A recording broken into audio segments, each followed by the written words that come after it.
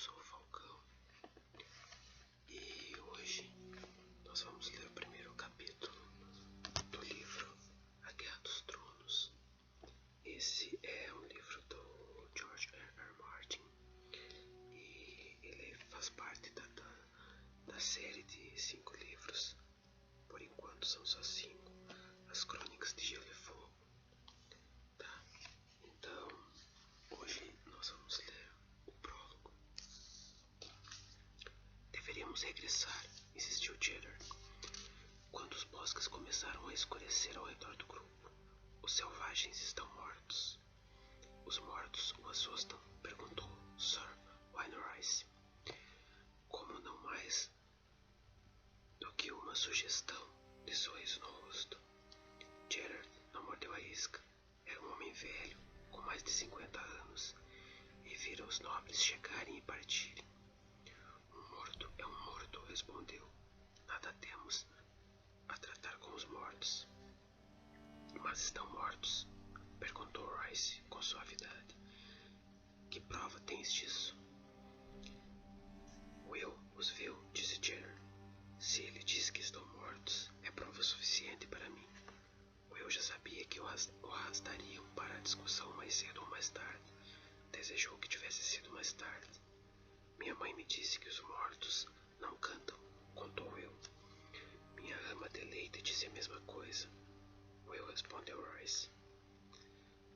Nunca acredite em nada do que ouvir junto ao peito de uma mulher.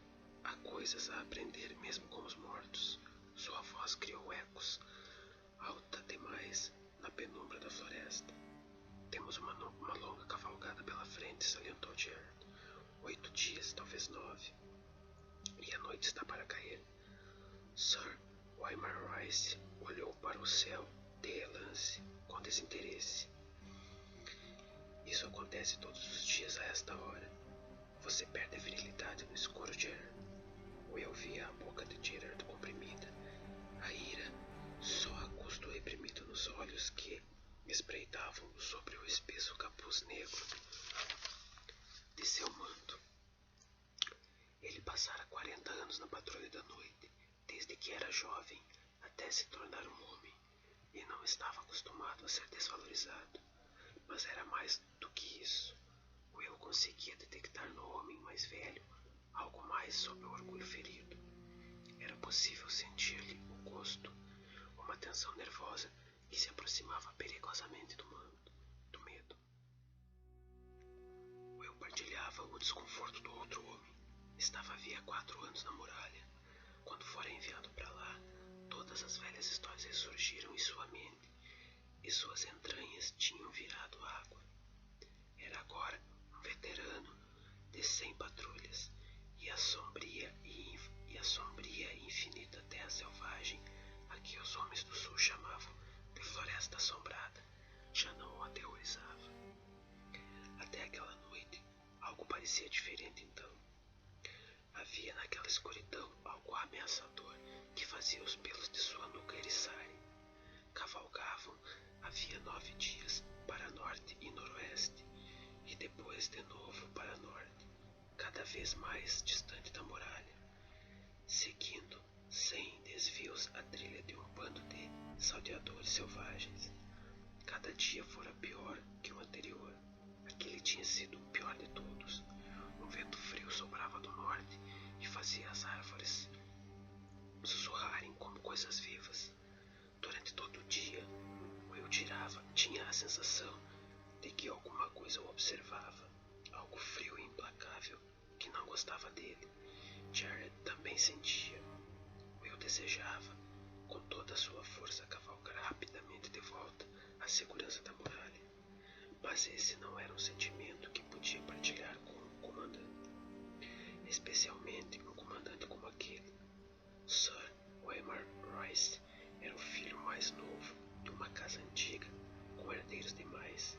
Era um jovem atraente de 18 anos, olhos cinzentos, elegante e esbelto como uma faca, montado em seu enorme corcel de batalhas negro.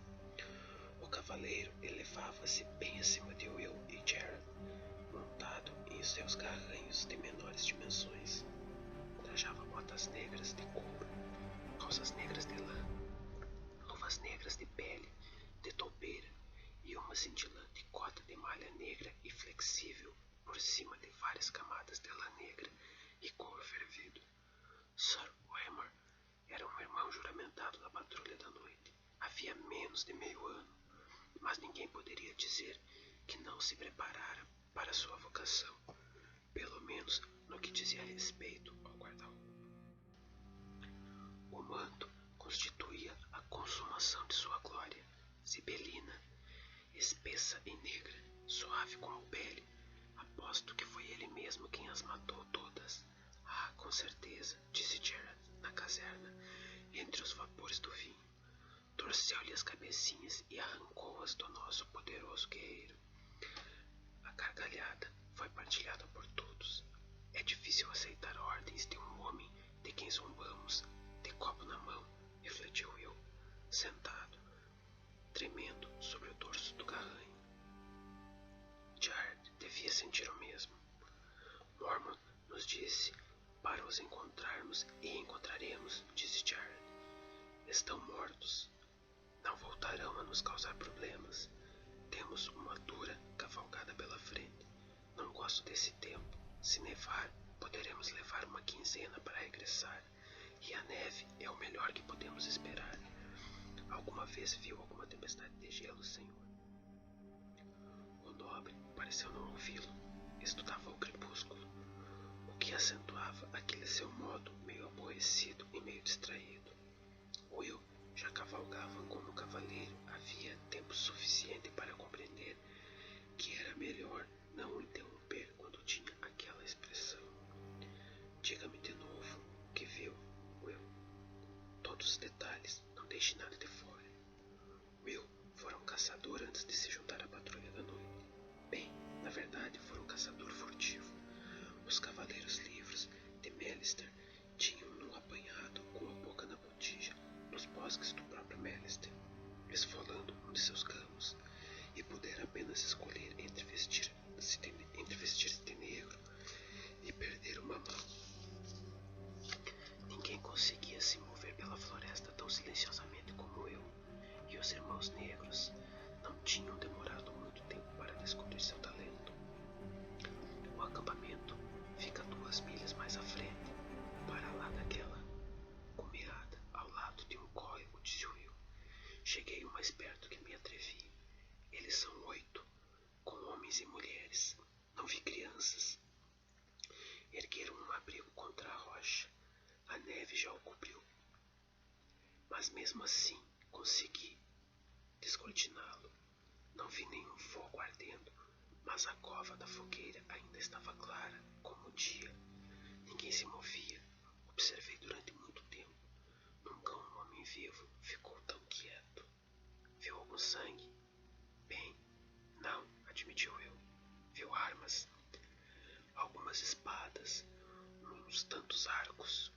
Um homem tinha um machado. Parecia ser pesado com 2 lâminas. Um cruel bocado de ferro. Estava no chão. E ao seu lado, junto à sua mão. Prestou atenção na posição dos corpos. Will encolheu os ombros. Um par deles está sentado junto ao rochedo. A maioria está no chão. Parecem caídos. Ou adormecidos, sugeriu Rice. Caídos, insistiu eu.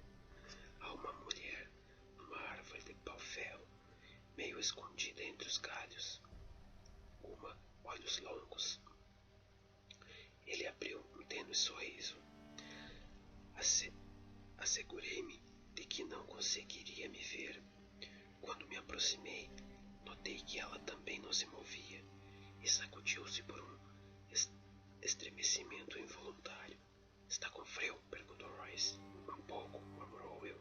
É o vento, senhor. O jovem cavaleiro virou-se para seu grisalho homem de armas. Folhas pesadas de geada suspiravam ao passar por eles, e o corcel de batalha movia-se de forma inquieta. Que lhe parece que possa ter matado aqueles homens, Jared?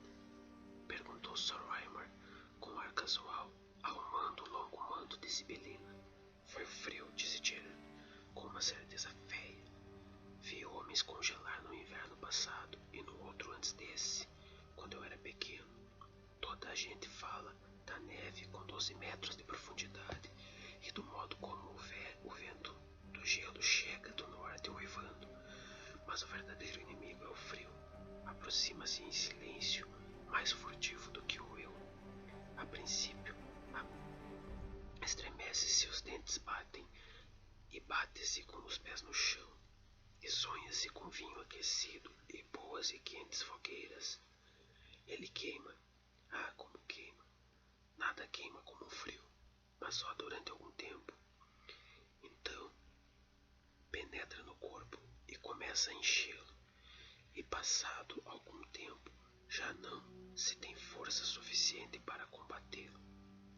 É mais fácil limitarmos-nos a nos sentar ou a adormecer.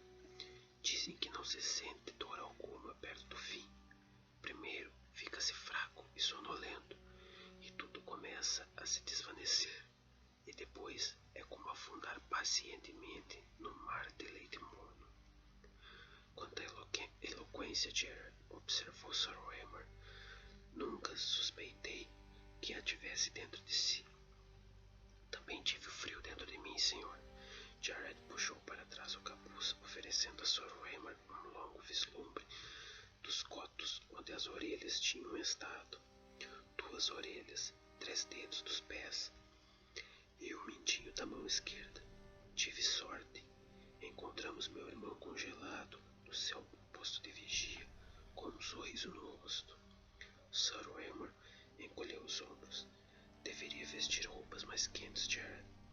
Jared lançou ao nobre um olhar feroz, e as cicatrizes em redor de seus olhares ficaram vermelhas de fúria nos locais onde Mestre Aemon as cortara. Veremos com quem poderá se vestir quando chegar o inverno. Puxou o capuz para cima e arqueou as costas sobre o garrano silencioso e carrancudo. Se Gerard diz que foi o frio, começou Will. Você fez alguma vigia nesta última semana, Will? Sim, senhor. Nunca havia uma semana em que ele não fizesse uma maldita dúzia de vigias aonde o homem queria chegar. E em que estado encontrou a muralha? Úmida. Will respondeu, franzindo a sobrancelha. Agora que o senhor o fizera notar, via os fatos com clareza.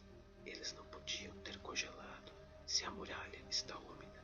Não podem, o frio não é suficiente. Royce assentiu.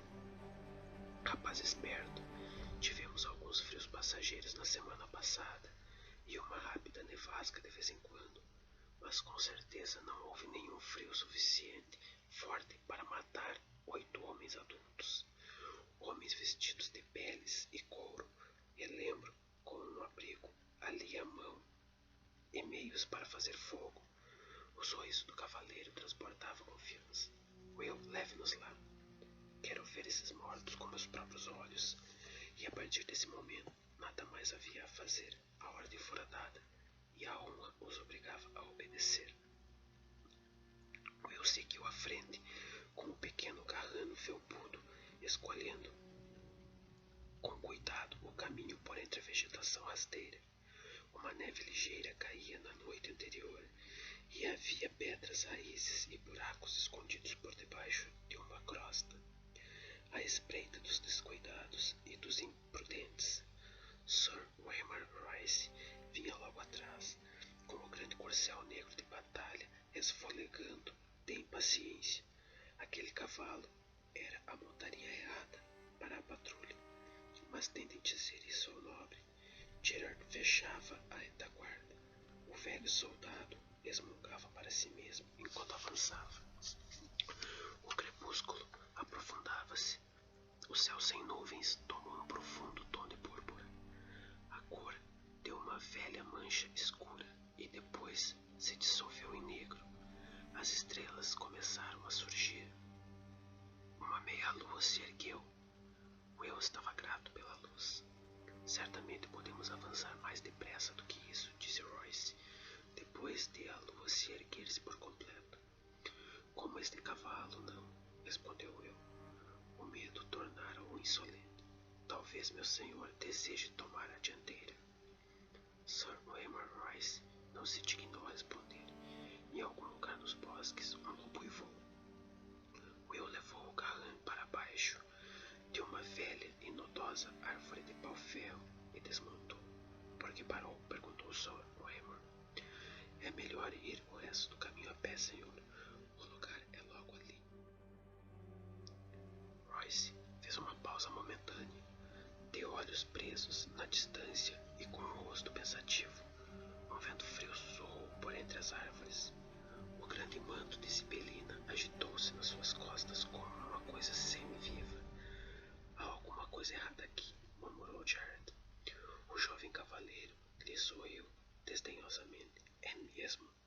Não sentiu? Perguntou Jared. Escute a escuridão. Will sentia em 4 anos na patrulha da noite nunca sentira tanto medo. O que era aquilo? Vento, ruído de árvores, um lobo. Que som te apavora tanto, Jared? Como este não respondeu, Royce deslizou graciosamente da cela. Atou com segurança o corcel de batalha a um galho abaixo, bem afastado dos outros cavalos, e desembainhou a espada. Joias cintilavam no punho e o luar percorreu o aço brilhante. Era uma arma magnífica, forjada num castelo, e segundo aparentava, novinha em folha. Will duvidava que alguma vez tivesse sido branida em fúria. O arvoredo é espesso por aqui, preveniu Will. Essa espada o atrapalhará, senhor. Uma faca é melhor. Se precisar de instruções, eu as pedirei, disse o jovem senhor. Jared, fique aqui, guarde os cavalos. Jared desmontou. Precisamos de uma fogueira. Cuidarei disso. Quanta tolice tem nessa cabeça, velhote. Se houver inimigos nessa floresta, uma fogueira é a última coisa que queremos. Há alguns inimigos que uma fogueira manterá afastados, disse Gerard. Ursos, lobos gigantes e outras coisas. A boca de Sir Waymar transformou-se numa linha dura. Não haverá fogo. O capuz de Jared encolheu-lhe o rosto, mas Will conseguia ver a cintilação dura nos olhos que se fixavam no cavaleiro.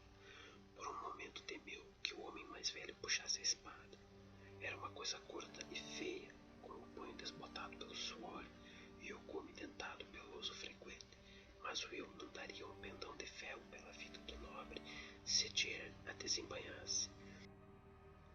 Por fim, Jared olhou para baixo. Não haverá fogo, murmurou de forma quase inaudível. Royce tomou aquilo como aquiescência e virou-se. Indique o caminho, disse Will. Will desceu uma trilha através de um matagal. Depois subiu o declive da colina baixa, onde encontrara seu ponto de vigia por baixo de uma árvore sentinela. Sob a fina crosta de neve, o solo estava úmido e lamacento, escorregadio, com rochas e raízes escondidas, prontas para provocar tropeços. Will não fez nenhum som enquanto subia. Atrás de si ouvia o suave roçar metálico da cota de malha do nobre. O resto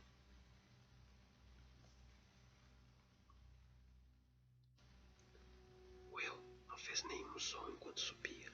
Atrás de si ouvia o suave roçar metálico da cota de malha do nobre, o estolhar de folhas e pragas murmuradas, quando galhos se prendiam à espada e puxavam o magnífico manto de Sibelina do outro homem. A grande árvore estava mesmo no topo da colina, onde Will sabia que estaria, com os galhos inferiores não mais que 30 centímetros acima do solo. Will deslizou para baixo, com a barriga apoiada na neve e na lama, e olhou a clareira vazia mais abaixo. O coração parou em seu peito. Por um momento não se atreveu a respirar. O luar brilhava acima da clareira, sobre as cinzas, no buraco da fogueira, sobre o abrigo coberto de neve. sobre o grande rochedo e sobre o pequeno riacho meio congelado. Tudo estava como estivera algumas horas antes. Eles não estavam lá. Todos os corpos tinham desaparecido. Deuses, ouviu alguém dizer atrás de si. Uma espada golpeou um galho. Quando Sir Waymar Rice atingiu o topo da colina, ficou em pé ao lado da árvore, de espada na mão, com o manto a ondular nas costas, soprado pelo vento que se lamentava. Nobremente delineado contra as estrelas, para que todos o vissem. Abaixem-se, sussurrou eu com urgência. Há algo de errado. Royce não se moveu. Olhou para a clareira vazia e deu risada. Parece que seus mortos levantaram acampamento, Will. A voz do Will o abandonou. Procurou palavras que não vieram. Não era possível. Seus olhos percorreram toda a extensão do acampamento abandonado e pararam no machado. Um enorme machado de batalha, de 2 lâminas, ainda caído onde o vira pela última vez, intocado, uma arma valiosa.